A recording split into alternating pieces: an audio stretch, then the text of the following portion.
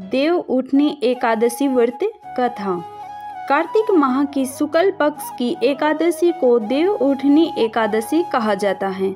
इसे देवोत्थान एकादशी, देव उठनी एकादशी, प्रबोधिनी एकादशी आदि नामों से भी जाना जाता है।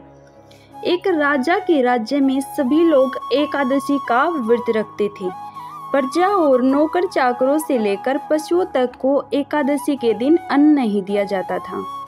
एक दिन किसी दूसरे राज्य का एक व्यक्ति राजा के पास आकर बोला, महाराज कृपया करके मुझे नौकरी पर रख ले।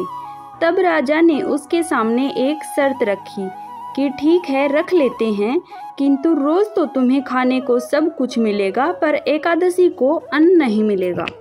उस व्यक्ति ने उस समय हाँ कर ली, पर एकादशी के दिन जब उसे फलाहार का सामान दिया गया तो वह राजा के सामने जाकर गिड़गिड़ाने लगा, महाराज इसे मेरा पेट नहीं भरेगा, मैं भूखा ही मर जाऊंगा, मुझे अन्न दे दो। राजा ने उसे शर्त की बात याद दिलाई, पर वह अन्न छोड़ने को राजी नहीं हुआ। तब राजा ने उसे आटा, दाल, चावल आदि दे दिए। वह नित्य की तरह नदी पर पहुंचा और स्नान कर भोजन पकाने लगा। जब भोजन बन गया तो वह भगवान को बुलाने लगा, आओ भगवान भोजन तैयार है। 15 दिन बाद अगली एकादशी को वह राजा से कहने लगा कि महाराज मुझे दुगुना सामान दीजिए, उस दिन तो मैं भूखा ही रह गया। राजा ने कारण पूछा तो उसने बताया, हमारे साथ भगवान भी खाते हैं, इसलिए हम दोनों के लिए ये सामान पूरा नहीं होता।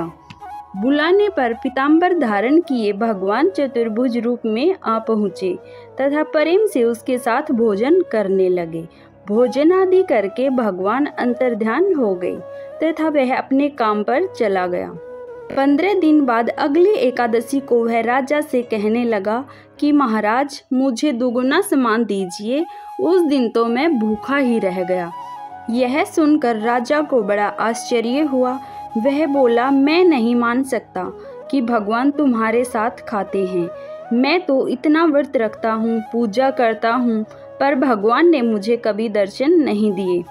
राजा की बात सुनकर वह बोला, महाराज यदि विश्वास न हो तो साथ चलकर देख ले।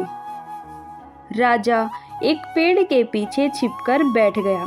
उस व्यक्ति ने भोजन बनाया तथा भगवान को शाम तक पुकारता रहा, परंतु भगवान नहीं आए। अंत में उसने कहा, हे भगवान यदि आप नहीं आए तो मैं नदी में कूदकर प्राण त्याग दूंगा, लेकिन भगवान नहीं आए। तब वह प्राण त्यागने के उद्देश्य से नदी की तरफ बढ़ा। प्राण त्यागने का उसका दृढ़ इरादा जान शीघ्र ही भगवान ने प्रकट होकर उसे रोक लिया और साथ बैठकर भोजन करने लगे। खा पीकर वे उसे अपने विमान में बिठाकर अपने धाम ले गए।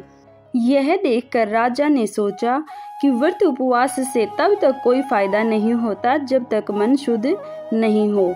इससे राजा को ज्ञान मिला। वह भी मन से व्रत उपवास करने लगा और अंत में स्वर्ग को प्राप्त हुआ।